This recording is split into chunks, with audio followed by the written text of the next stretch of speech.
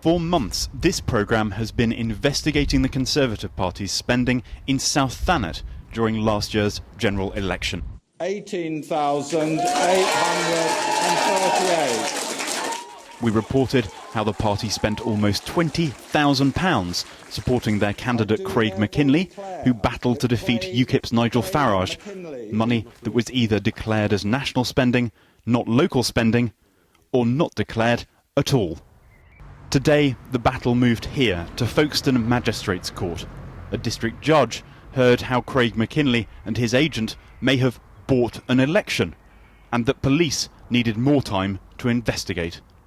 But a top lawyer representing Craig McKinley told the court that the police had dragged its heels, and that the time extension they wanted should be thrown out. Every party agreed that it's vital to ensure that elections are fair. But James Laddie QC, acting for Mr McKinley, said that the police had been too slow this time and that their investigation amounted to little more than writing to the MP. If they wanted an extension from the court, he said, they would have to show that the circumstances were exceptional. And if the matter was so serious that it was exceptionally serious, he said, you would have expected a corresponding amount of diligence in the work that they have done investigating Craig McKinley. But Timothy Straker QC for Kent Police argued that his client is working with the Electoral Commission, whose investigation the court heard had been frustrated by the failure of the Conservative Party to cooperate.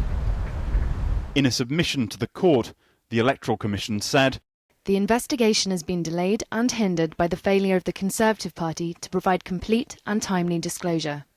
There is very significant public interest in this matter. The implications of the allegations are that individuals and/or the Conservative Party may have committed deliberate acts intended to circumvent the party and election finance rules.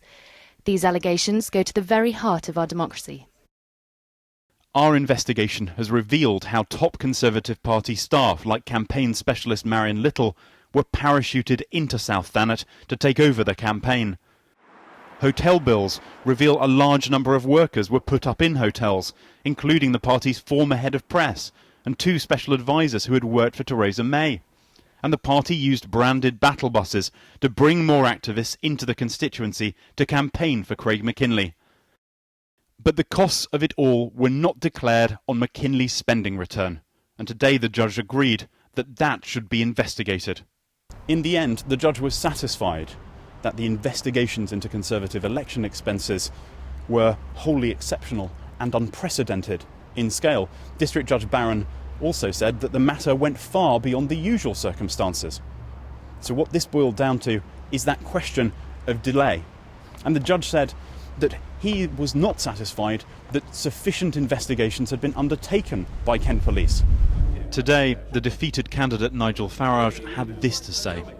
Well, I'm very surprised that the Conservative Party hired one of the most expensive QCs in the country to try and stop the police continuing with their investigation. And it all sort of makes me wonder, do they have something to hide?